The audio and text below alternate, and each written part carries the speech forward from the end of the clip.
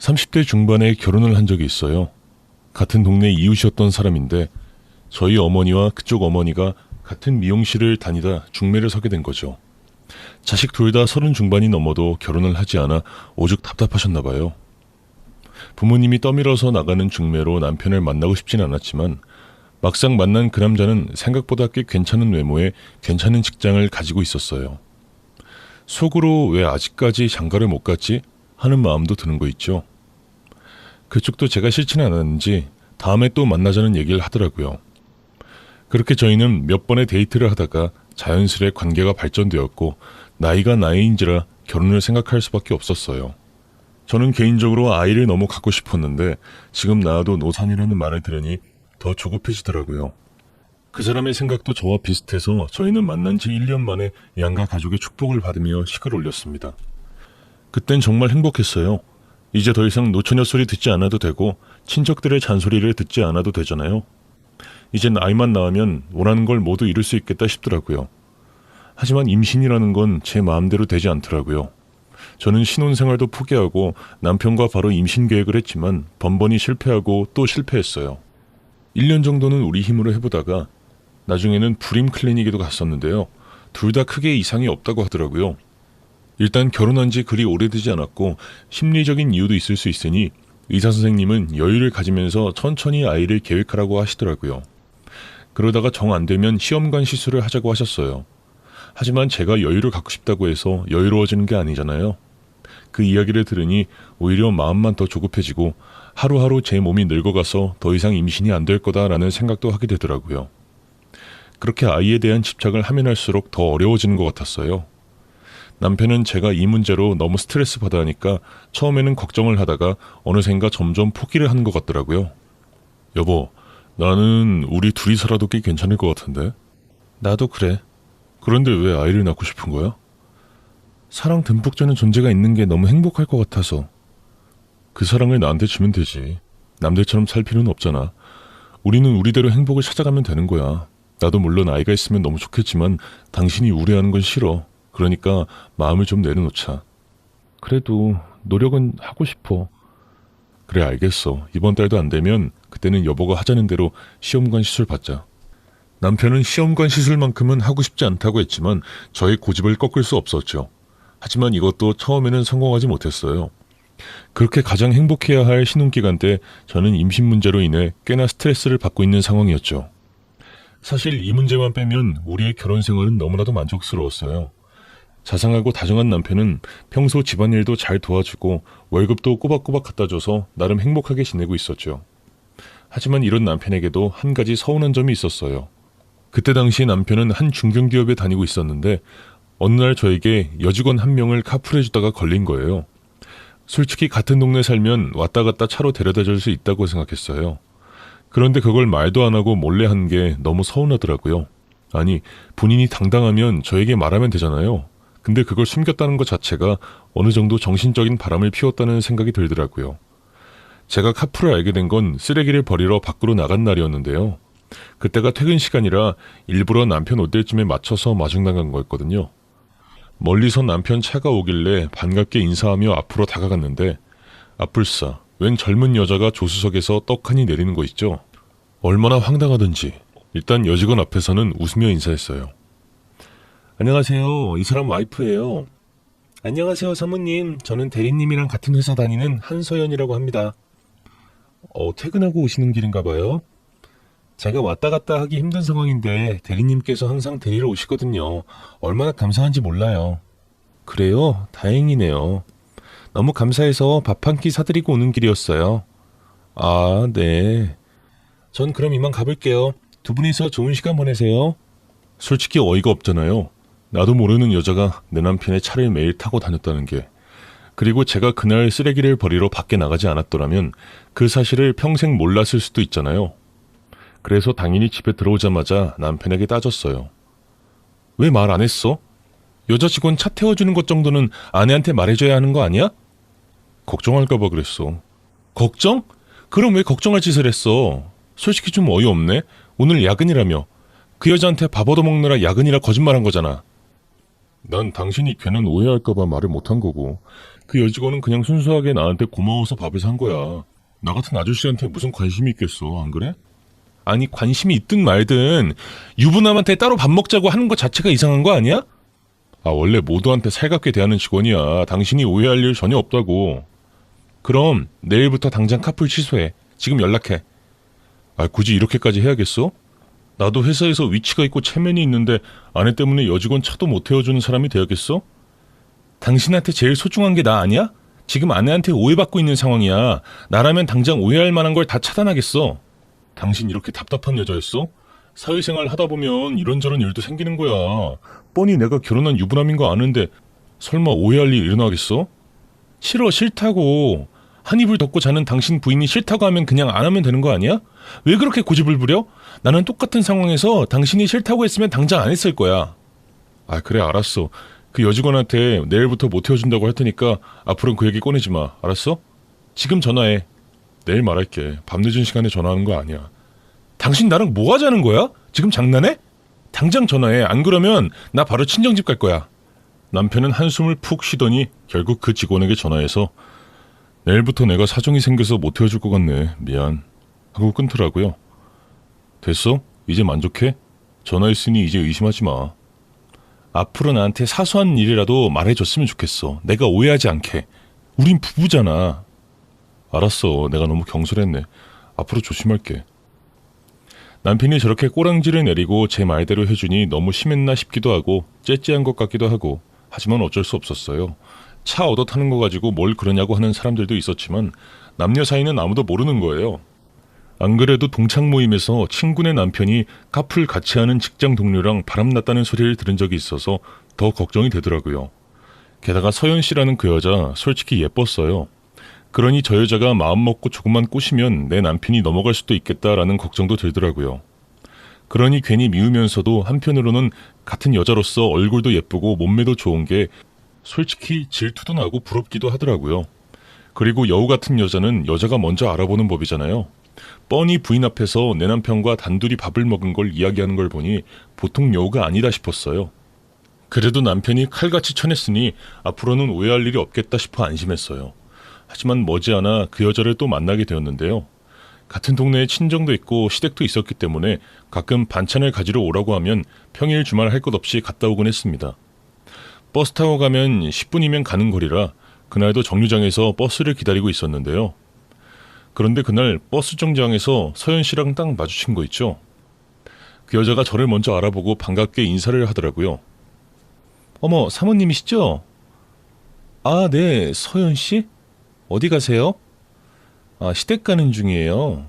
그러시구나. 저도 잠깐 친구 만나고 집에 가는 길이에요. 네, 이 동네에 산다고 하셨었죠? 저기 사모님, 그때 대리님 일은 죄송했어요. 그렇게 오해를 하실 줄은 몰랐는데 제가 거기까지는 헤아리지 못했어요. 이때까지만 해도 화기애애하고 그리 쎄한 분위기는 아니었어요. 저한테 먼저 그때 카풀 일을 미안하다고 사과하는 것을 보니 괜히 제가 더 미안한 기분이 들었죠. 그래서 이때는 정말 아무 사이도 아니구나, 괜히 남편을 오해한 거구나 라는 생각이 들었죠. 하지만 이건 제 착각이었죠. 남편이랑 카풀이 엎어지고 나서 요새 회사를 어떻게 다니냐고 물어보았는데요. 그때부터는 갑자기 제게 원망 섞인 투정과 비난을 하더라고요. 요즘 회사는 버스 타고 다녀요. 그것도 2번이나 갈아타서요. 어머, 번거로우시겠어요. 네, 왔다 갔다 2시간 걸리더라고요. 어쩌겠어요. 차도 없고 이사할 돈도 없는데 대리님이 같은 동네 살아서 참 좋았는데 어쩔 수 없게 됐죠 뭐. 네, 근데 사모님, 보기보다 남편에게 좀 집착하는 타입이신가 봐요. 그렇게 자신 없으세요? 네? 지금 뭐라고 하셨어요? 그렇잖아요. 겨우 카풀한 거 가지고 대리님한테 불륜이니 어쩌니 하셨다면서요. 그건 너무 간 거 아니에요? 그건 부부 사이의 일이에요. 그걸 왜 내가 서연 씨한테 말해야 되죠? 서연 씨야말로 부부 사이에 끼어들어서 넘어갔느니 안 갔느니 하는 건 선을 넘은 거 아닌가요? 저한테까지 피해를 주니까 그렇죠. 솔직히 회사 차로 잘 다니다가 갑자기 버스 타려니까 제 여유 시간이 확 줄어들어요. 잘 다니던 필라테스도 못 다니게 되고, 아무튼 사모님의 말 한마디 때문에 제 생활의 질이 뚝 떨어졌다고요.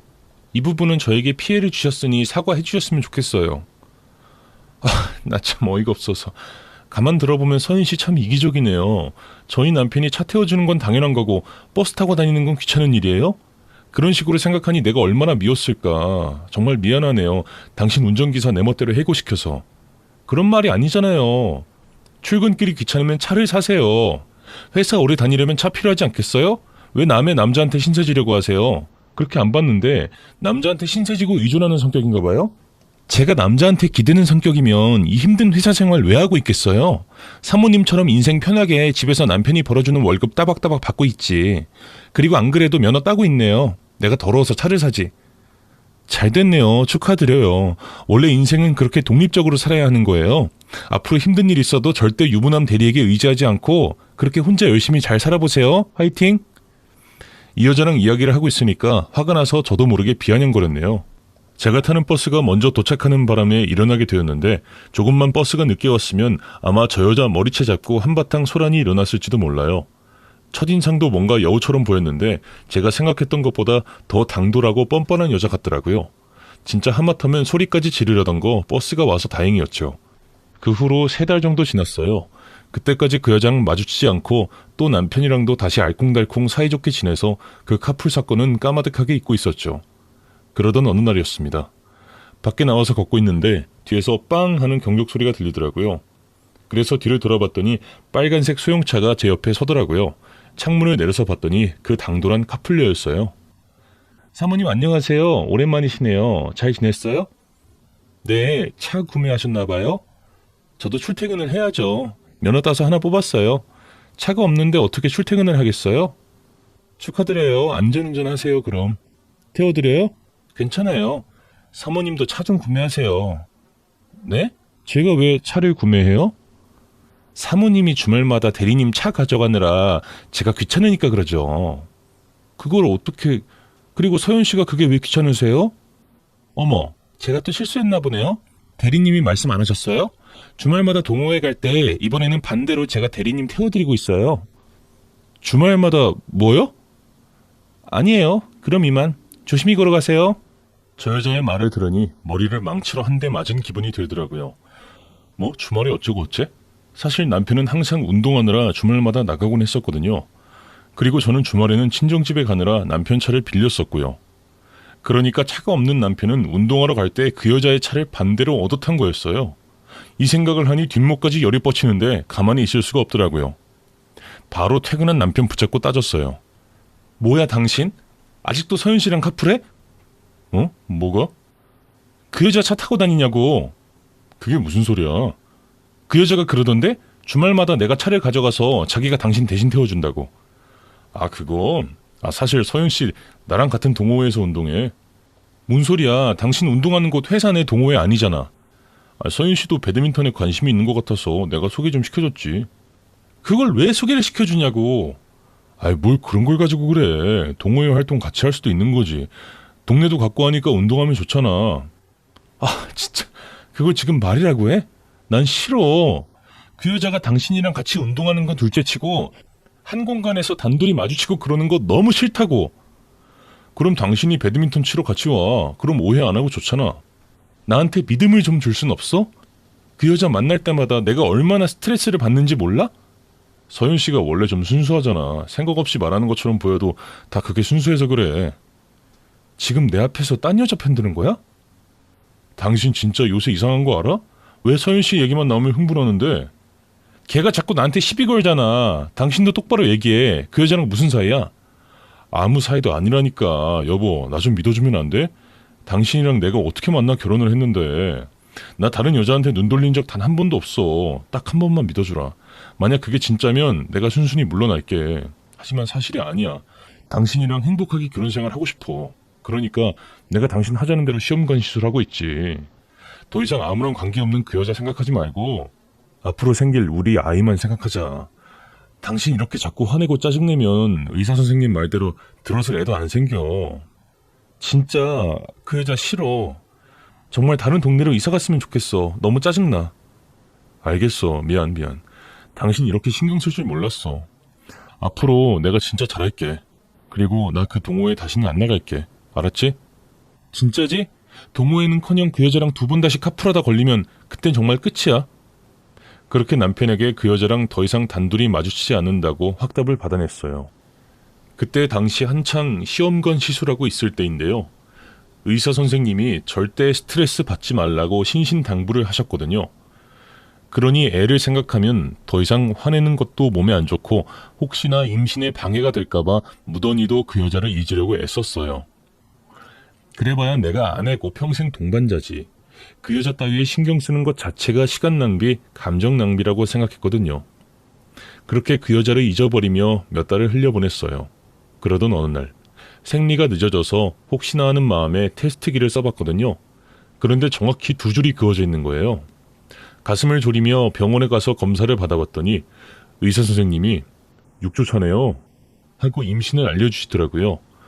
그땐 정말 세상을 다 가진 기분이었어요. 그토록 기다리던 임신이 되었으니까요. 너무 들뜬 마음에 남편에게 이 사실을 서프라이즈로 알려야겠다는 생각이 들더라고요. 바로 남편에게 전화했죠. 여보, 지금 회사야? 응, 회사지 그럼. 오늘 야근할 것 같은데 왜? 응, 알겠어. 일단 끊어. 지금 생각해보면 이날 남편이 퇴근할 때까지 집에서 기다렸어야 했는데요. 아이가 생긴 기쁨을 주체할 수 없어 도저히 가만히 있을 수 없었습니다. 바로 남편의 회사로 찾아가서 임신 사실을 알려주려고 했죠. 그래서 야근할 때 먹으라고 예쁘게 도시락을 싸고 편지도 썼는데요. 당신 이제 아빠가 될 거라고 그동안 고생했고 고맙고 앞으로도 행복하게 살자는 내용이었어요. 글자 한 글자 쓰는데 왜 이리 눈물이 나던지요. 그동안 남편에게 서운했던 것들이 임신 하나로 다 풀리는 거 있죠. 그렇게 친정 아버지의 차를 빌려 남편 회사 앞으로 갔어요. 도시락을 들고 경비실에 맡기려고 하는데 저 멀리서 서연 씨가 걸어오더라고요. 사모님 안녕하세요. 네, 안녕하세요. 대리님 보러 오셨어요? 네, 야근이라 그래서 도시락 좀 전하려고요. 참 정성이시네요, 항상. 사무실에 있죠, 우리 남편. 지금 외근 나가셨는데요? 모르셨어요? 오늘 거기서 퇴근하실 것 같은데 헛걸음해서 어째요? 거기가 어딘데요? 굳이 거기까지 가시려고요? 사실 이 여자한테 굳이 우리 부부의 임신 사실을 말해줄 필요까지는 없었는데 이런 당돌한 태도에 괜히 모르게 약을 올리고 싶었어요. 누가 봐도 말투나 행동이 제게 날이 서 있고 마치 제 남편에게 관심이 있는 것처럼 보였거든요. 그래서 이 여자에게 남편은 이제 내 뱃속의 아빠가 될 남자라고 확실하게 알려주고 싶었죠. 사실 돌이켜보면 이때 그냥 무시하고 지나쳤어야 했어요. 저의 부주의한 행동이 결국 이런 파국까지 치닫게 될 줄은 전혀 몰랐거든요. 네, 제가 괜히 제 남편에게 전할 말이 있거든요. 어떤 말이요? 사실 저 임신했거든요. 남편이 너무 좋아할 것 같아서 직접 말해주려고요. 네? 임신이요? 어머, 남편이 이야기 안 했나 봐요. 저희 부부 오랫동안 준비해서 아이 가진 거거든요. 평소 얼마나 아빠가 되고 싶다고 제가 노래를 부르든지 결국 하늘이 저희 부부에게 복덩이를 내려주었네요. 축하해 주실 거죠? 그 여자의 표정을 살피니 살짝 굳어졌어요. 이걸 보니 확실히 알겠더라고요. 분명 내 남편에게 동료 그 이상의 감정을 품고 있는 것을요. 솔직히 보통 사람이라면 동료를 회사 밖에서 보고 싶지 않잖아요. 그런데 이 여자는 남편의 동호회까지 쫓아온 걸 보면 분명 딴맘이 있겠다 싶은 생각이 종종 들었었는데 임신 소식을 들은 여자의 표정을 보니 더 확신이 생기더라고요. 저는 그 여자에게 경고의 말을 날렸어요. 제 남편은 저만 바라보는 사람이거든요. 다른 여자 만나는 사람들이랑은 상종도 하기 싫다면서 회사에서 자기한테 추근덕거리는 사람이 있는데 귀찮아 죽겠대요. 혹시나 그 여자 알면 좀 전해주시겠어요? 헛수고 그만하시라고. 저희 남편 진짜 좋은 아빠 될 것 같지 않나요? 그 여자의 표정이 점점 일그러지더니 대답도 없이 고개를 획 돌리더니 사무실로 들어가 버리더라고요. 남편에게 연락했더니 위치를 알려줘서 바로 차에 탔습니다. 운전하는 내내 그 여자의 일그러진 표정이 생각나서 마음이 참 복잡했네요. 내 남편이 그 여자에게 정말로 마음이 있었는지 아니면 그 여자의 짝사랑에 불과했는지 알 수 없으니 정말 답답할 노릇이었지만 그래도 임신 사실을 알면 이제부터라도 나한테 최선을 다하지 않을까 싶어 희망을 가지게 되더라고요. 운전대를 잡고 남편이 있는 곳에 거의 다다랐을 때 잠시 백미러를 보니 웬 빨간 차가 굉음을 내며 달려오더라고요. 그리고 눈 깜짝할 새에 제 차를 들이받았고 너무 놀란 저는 소리를 지르며 몸을 웅크렸어요. 에어백이 터지긴 했지만 몸에 큰 반동이 생기면서 자연스럽게 제 앞배에 큰 충격이 느껴졌어요. 벌벌 떨면서 심호흡을 하고 정신을 차리니 주위에서 웅성거리는 소리가 들리더라고요.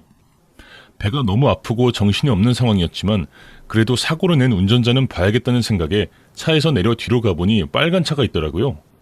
설마 하는 마음으로 그 차에 다가갔는데 먼저 차 주인이 내렸어요. 서윤 씨였죠. 내리더니 뻔뻔하게 말을 걸더라고요.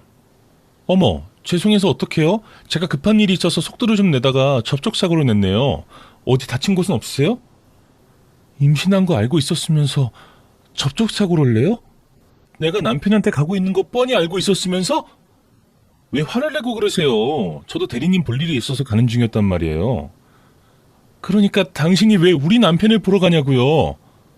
그건 제 맘 아닌가요? 회사 동료들끼리 일 있으면 볼 수도 있는 거지. 지금 저 임신 중이라고 얘기했잖아요. 조심해줘도 모자랄 판에 일부러 차를 박는 게 어딨어요. 상간녀는 아주 작게 임신 유세는? 하고 중얼거리더라고요. 그 얘기를 들으니 저도 겨우 잡고 있던 이성의 끈이 끊어지더라고요. 너 내 남편 만나지? 내가 임신하니까 자리 뺏길 것 같아서 들이박은 거지? 이 아줌마가 왜 이래? 사람을 불륜녀 취급하는 것도 정도가 있지. 이렇게 집착하고 넘겨 생각하니까 남편이 싫어하지. 뭐라고? 그쪽 남편, 아니 제 남자친구 아줌마 안 좋아해요. 집안 어르신들 성화에 못 이겨 어쩔 수 없이 결혼한 거지. 뒤에서는 제게 후질근하고 못나서 아줌마 싫다고 했어요. 이게 진짜 너 말 다 했니? 제가 그 여자에게 달려들자 그 여자는 냉큼 제 머리채를 잡더라고요. 때리기만 해요. 아주 경찰에 신고해버릴 테니까. 내 남편 건들지 마. 좋은 말 할 때. 이 아줌마가 진짜 사람 열받게 만드네. 그러게 아줌마가 남편 간수 똑바로 했으면 될 일이잖아요. 지가 매력 없어서 다른 여자한테 남편 뺏긴 주제에. 야, 상간녀 주제에 뭐가 어쩌고 저쩌? 그렇게 옥신각신하며 싸우다가 갑자기 배에 큰 통증을 느껴 밑을 보자 제가 하혈을 하고 있더라고요. 그리고 어느 순간 쓰러졌는지 아무 기억이 나지 않았어요. 눈을 떠보니 저는 병원에 누워있고 남편이 제 옆에 앉아있더라고요. 일어나자마자 뱃속에 있는 아이 생각밖에 나지 않았어요. 여보, 정신이 좀 들어? 우리 아기는? 남편은 아무 말도 하지 않다가 조심스레 유산이래 라고 청천벽력 같은 말을 꺼냈어요. 그날 이후로 지옥 같은 날을 보냈습니다. 너무 소중한 아이였기 때문에 슬픔은 배가 되었고 그 슬픔을 뼈저리게 느끼는 사람은 저밖에 없는 것 같았어요. 남편은 저에게 밥 좀 먹으라고 하더라고요. 그래도 한 소리라도 떠. 출산보다 더 힘든 게 유산이래. 그 여자 때문이야. 그년 때문이라고. 여보, 일단 진정하자. 아기는 또 찾아올 수도 있는 거고 또는 없어. 내 마지막 기회였어. 당신의 그 잘난 상간녀 때문에 내가 유산을 했어. 뭔가 느끼는 거 없어? 진짜 아무 사이도 아니야. 내가 그 여자한테 한번 물어봐? 사고 때문에 명함도 교환했는데? 지금은 아무 사이도 아니야. 솔직히 말하자면 예전에 잠깐 만났어. 단순히 호기심이었고 얼마 가지 않아서 헤어지자고 했어. 그런데 어느 순간 스토커처럼 자꾸 쫓아다니더라고. 니들 불륜짓거리에 왜 우리 아이가 희생되어야 하냐고. 미안해. 정말 미안하다. 아기도 잃고 남편의 불륜 소식도 듣고 제정신일 리가 없었죠. 소송을 하자니 증거도 없고 억울한 마음에 울기만 하면서 몇 날 며칠을 보내던 중 인생을 끝내고 싶다는 극단적인 생각까지 들더라고요. 이렇게 가다가는 정말 정신병에 걸려 정상적인 삶을 살 수 없겠다고 결론 내린 저는 결국 남편에게 이혼을 하자고 말했습니다. 이런 남자랑 더 이상 한 입을 덮고 가족처럼 살 자신이 없더라고요. 그만하자. 당신만 보면 자꾸 힘든 생각만 떠올라. 여보, 다시 한 번만 생각해주면 안 될까? 지금 나 당신한테 최선을 다하고 있잖아. 도저히 안 되겠어. 나 이제 그만 그 악몽에서 탈출하고 싶어. 난 당신을 너무 증오해. 당신 얼굴 보면 그 상간녀 생각이 절로 나고 그 상간녀 생각하면 죽은 내 뱃속의 아이가 생각나. 당신이랑 더 같이 지내다가 내가 정신병으로 죽을 것 같아. 그냥 이혼해줘. 정말 미안해. 내가 그렇게 싫으면 당분간 별거를 좀 해보는 게 어때? 그리고 나서 이혼은 나중에 생각해보자. 당신 힘든 거 아는데 지금 너무 극단적인 것 같아. 아니야, 그냥 하는 말 아니고 나도 신중하게 고민해서 하는 말이야. 더 말할 것도 생각할 것도 없어. 그냥 나가줘. 당신 기억 지울 테니까 당신도 그렇게 해줘. 처음에는 이혼을 반대하던 남편이었는데요.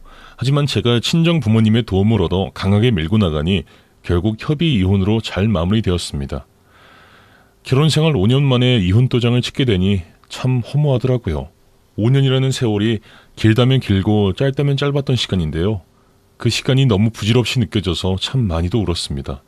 행복하자고 한 결혼인데 제 인생에서 가장 힘든 시간이었네요. 때마침 해외에 있는 친구로부터 취업 제안을 받게 되어 그 길로 해외로 떠나게 되었는데요. 이혼 후 새 출발이 하고 싶기도 했고 한국에 있다가는 남편과의 추억 때문에 힘들어할 게 뻔해서 무작정 짐을 싸서 비행기에 올랐습니다. 그냥 이때는 모든 것을 다 잊고 아무데나 좋으니 새로운 곳으로 떠나고 싶었답니다. 처음에는 몸이 아프고 향수병에 걸릴 것 같더니 시간이 지나니까 또 그곳 생활이 익숙해지더라고요. 새로운 친구들도 만나고 새로운 집에서 새로운 일을 하다 보니 그때의 악몽 같은 기억은 점점 희미해졌습니다. 또 외국어도 배우고 일도 적응하느라 바빠서 과거의 그때를 회상하고 슬퍼할 시간이 없더라고요. 그렇게 힘들고 죽을 것 같던 기억도 시간이 흐르면서 점점 옅어지고 어느 순간부터 더 이상 생각나지 않게 되었어요. 역시 시간이 약이라는 말이 괜히 있는 게 아니더라고요. 그곳에서 5년 정도 있었을 때 어머니에게 전화가 걸려왔어요. 우리 딸 잘 지냈어? 엄마는 아픈 데 없고? 나야 항상 건강하지. 다름이 아니라 네 동생 결혼 날짜 잡았다고. 여자 만나고 있었어? 그때 말했잖아. 같은 동네 사는 여자. 결혼하고 싶다고 해서 날 잡으라고 했어. 잘 됐네. 엄마 아들 장가 보내고 싶어 했잖아. 네 동생 결혼식은 올 거지? 당연히 가야지. 날짜만 알려주면 내가 비행기표 끊어 놓을게. 저에게는 남동생이 한 명 있었는데요. 사실 그렇게 살가운 동생은 아니라서 아주 친하진 않지만 그래도 가끔 궁금해서 어머니에게 안부를 물어보는 동생이었어요. 사실 말썽을 많이 부려서 인연을 끊다시피 했거든요. 부모님은 그래도 뱃속으로 낳은 자식이라 그런지 종종 연락을 하고 교류를 하시지만 제겐 그저 호적 메이트 그 이상 그 이하도 아니라서 그동안 남남처럼 지냈습니다. 하지만 아무리 친하지 않아도 친동생이 결혼을 한다고 하는데 당연히 가야 한다고 생각해서 비행기표까지 끊어놨습니다. 그런데 비행기 타기 전날 밤에 배가 너무 아픈 거예요. 도저히 잠을 잘 수 없을 정도로 아파서 응급실에 갔더니 맹장 수술을 해야 한다고 입원을 하라고 하더라고요. 그래서 어쩔 수 없이 비행기를 타지 못했고 남동생의 결혼식에 불참하게 되었어요. 사정을 말하니 가족들 모두 이해하시더라고요. 그렇게 남동생의 결혼 상대를 보지도 못한 채로 1년이라는 시간이 흘렀고 회사 사정이 안 좋아지는 바람에 퇴사를 한 후 한국으로 귀국하게 되었습니다. 6년 만에 밟은 한국 땅이 낯설더라고요. 어머 우리 딸 이게 얼마만이니? 어머니가 저를 꽉 안으시며 눈물을 보이셨고 제 손을 잡아 끌더니 안방에 있는 앨범을 꺼내셨어요. 네 남동생 결혼식 찍은 것 좀 봐라. 얼마나 잘 나왔는지. 어머니는 앨범을 쫙 펼치시며 단체 사진부터 보여주셨어요. 그런데 신부의 얼굴이 너무 낯이 익은 거예요. 불길한 예감에 어머니에게 물었어요. 엄마, 이름이 뭐야? 누구? 우리 며느리? 서연이, 한서연. 걔 지금 임신 중이잖아. 너무 놀라서 그 사진을 가까이 들여다봤어요. 맞더라고요. 6년 전 제 남편과 바람나고 저를 유산시킨 그 상간녀가. 왜? 아는 얼굴이야? 아니 그냥. 예쁘게 생겼지? 우리 손주도 인물 좋을 거야. 그러게 예쁘네. 일단 부모님께는 비밀로 하기로 했어요. 그리고 이 상간녀를 어떻게 골려줄까 머리를 싸매고 고민하기 시작했죠. 급기야 그날 저녁 남동생 부부는 저에게 인사를 한다고 왔더라고요. 상간녀는 당연히 저를 보고 놀랐죠. 제 얼굴을 보더니 아무 말도 못하며 벌벌 떨며 서 있더라고요. 안녕하세요. 올케라고 불러야 하나? 네, 안녕하세요. 처음 뵙겠습니다. 처음 봤는데 왜 이렇게 낯이 익을까? 그러게요. 저도 형님이 참 정감가네요. 아무튼 반가워요. 너무 환영해요. 제가 두 팔 벌려 환영하니 상간녀는 의외인 듯 저를 쳐다보더라고요. 하긴 지가 한 짓이 있는데 얼마나 찔리겠어요. 저는 진심으로 상간녀를 환영했습니다. 왜냐고요? 제 남동생과 결혼을 해줬기 때문인데요. 앞서 제 동생이 사고를 많이 쳤다고 말씀드렸잖아요. 근데 더 자세히 말씀드리면 정말 여기에 다 적어도 모자랄 정도로 온갖 비행이란 비행은 다 저지르고 다니는 애였어요. 간략히 말씀드리자면 도박의 폭력 전과 그리고 사기 전과까지 있는 아주 어마어마한 동생이었죠. 지금은 기록이 지워져서 볼 수 없다고 했지만 고등학교 때는 소년원도 여러 차례 다녀왔을 정도였어요. 그러니 대체 누가 이런 인간 쓰레기를 데려가나 봤더니 다름 아닌 상간녀가 제 동생을 치워줬네요. 너무너무 고맙고 감사한 거 있죠. 게다가 배까지 불렀으니 빼도 박도 못한 채로 제 동생 옆에 있어야 하잖아요. 그게 얼마나 통쾌했는지 몰라요. 상간녀는 화장실에서 나온 저를 끌고 작은 방에 가서 속삭이더라고요. 몰랐어요. 진짜예요. 뭐 그럴 수 있죠. 환영한다고 했잖아요. 다른 분들에게는 제발 비밀로. 우리 남편 뺏어가고 내 애기 하늘나라 보낸 거? 따지고 보면 제가 하늘로 보낸 건 아니지만 그땐 너무 철이 없었어요. 그 사람이랑은 그때 이후로 바로 헤어졌어요. 알고 보니 그놈은 꽃뱀이랑 딴 살림 차려서 쫄딱 망했더라고요. 아무튼 너무 죄송했어요. 제가 그땐 정신이 나갔나 봐요. 다시 한번 사과드립니다. 그러니까 제발 다른 분들에게는 말하지 말아주세요. 저 그 사람 정말 사랑해요. 사정이 딱하니 비밀로 해드리죠 뭐. 감사합니다. 정말 감사합니다. 우리 동생 잘 부탁드려요. 정말 착하고 성실한 애인데. 알죠 형님. 제가 진짜 형님으로 잘 받들게요. 평생 속 안 썩이고 잘 살게요. 뭣도 모르고 참 좋아하더라고요. 두고 봐라. 네 인생이 내 동생으로 인해 아주 작살이 날 테니. 오히려 상간녀가 가여워 보이더라고요. 아무튼 저는 그냥 손 놓고 관망하게 됐어요. 언젠가는 상간녀가 땅을 치고 후회하는 날이 올 거라 예상했거든요. 그날은 생각보다 빨리 오게 되었는데요. 그 뒤로 한 달이 지났을까요? 상간녀가 제 발로 찾아왔더라고요. 만삭인 채로 제 앞에서 무릎 꿇고 펑펑 우는데 바로 그날이 왔구나 싶었습니다. 형님, 저 좀 도와주세요. 네? 무슨 일이야? 왜 울어? 우리 그이가 도망갔어요. 제 전 재산 홀랑 빼먹고 도망을 가버렸다고요. 알고 보니 집도 전세가 아니라 월세였고 보증금도 다 까먹어서 집주인이 저더러 나가래요. 어머, 어떡하면 좋아 우리 올케? 그 사람 좀 찾아주세요. 누나 말은 잘 듣잖아요. 아유, 근데 우리 동생이 워낙 미꾸라지 같아서 잘 빠져나가더라고. 못 찾아 어차피. 네?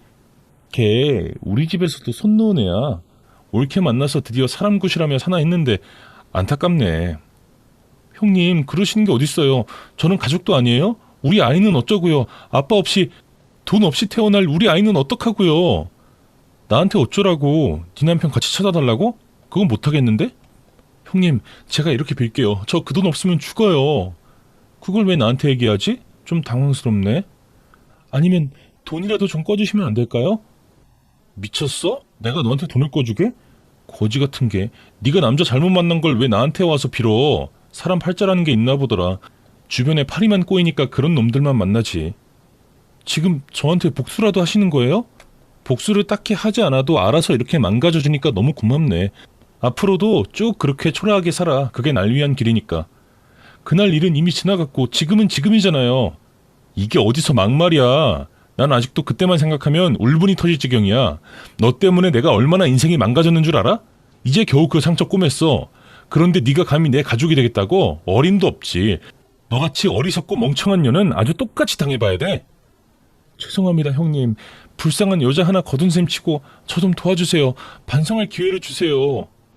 너한테 반성할 여지가 있었으면 이렇게 앙심을 품진 않았어. 당장 나가. 저 진짜 갈 곳이 없어요. 부모님도 돌아가시고 형제 자매도 없어요. 진심으로 사과드릴게요.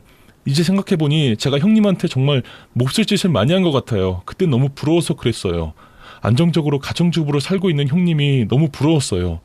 나도 그런 인생을 살고 싶다는 생각을 하다가 저도 모르게 대리님과 정이 들어버렸어요. 지금은 정말 미친 듯이 후회해요. 그런 사람 지금은 한 트럭 갖다 줘도 싫어요. 정말요. 역시 상간녀답게 변명거리는 아주 줄줄이구나. 이제 소용없어. 이미 난 널 용서하지 않기로 했으니까. 어디 평생 상간녀로 살아봐. 내가 너 꼬리표 붙여주는 것쯤은 해줄 수 있어. 용서해 주세요, 제발. 당장 나가! 상간녀에게 물건을 던지자 배를 감싸더니 현관 밖으로 도망가더라고요. 뒤늦게 집으로 돌아온 어머니가 사정을 물어서 과거에 있었던 일을 말씀드렸더니 눈물을 흘리시며 아이고, 그런 줄도 모르고 마음고생이 심했겠다 하시며 제 손을 잡아주시더라고요. 그래도 상간녀가 망하는 꼴을 보니 속이 시원했어요. 그 꼴을 못 봤으면 저는 아마도 끙끙대며 괴로움 속에 살았을 것 같아요. 들어보니 상간녀 말대로 전 남편은 혼자 원룸에 살면서 지내고 있다고 하더라고요. 그렇게 여자의 꼬임에 잘 넘어가니 꽃뱀한테도 물리죠. 인과응보라는 말이 괜히 있는 게 아닌가 봅니다. 외국에서 돌아온 저는 그곳에서 익힌 음식 기술로 자그마한 식당을 차렸어요. 처음에는 생소해서 손님들이 잘 안 오시더니 은근히 중독되는 맛이라며 점점 손님이 많이 오시더라고요. 다행히도 지금은 2호점을 차릴 만큼 경제적으로 넉넉해져서 말랐던 제 팔에 살도 붙고 얼굴도 좋아졌어요. 상간녀는 출산을 한 뒤 어디 시골에 가서 조용히 사는 것 같더라고요. 저희 어머니도 상간녀에게 며느리 자격이 없다며 타박하며 내쫓으셨어요. 아마 그 여자는 저희 집안에 들어올 일이 앞으로도 없을 것 같네요. 저희 어머니는 상간녀를 떠올리실 때마다 항상 아유 벌 받을 년 라며 한바탕 욕을 하시곤 하더라고요. 시련을 겪던 그 시간에는 인생을 포기하고 싶었지만 지금은 누구보다 열심히 살고 싶은 평범한 40대 여자입니다. 인생은 길게 봐야 한다더니 정말로 그렇더라고요. 여러분들의 인생은 지금 어떠신가요? 만약 암흑기라고 해도 조금만 더 버텨보시길 바래요. 버티고 버티다 보면 좋은 날이 슬며시 고개를 들더라고요. 여러분들께 나름 교훈을 드리고 싶어 이렇게 사연을 썼는데 모자란 글솜씨로 겨우겨우 끝을 맺게 되었네요.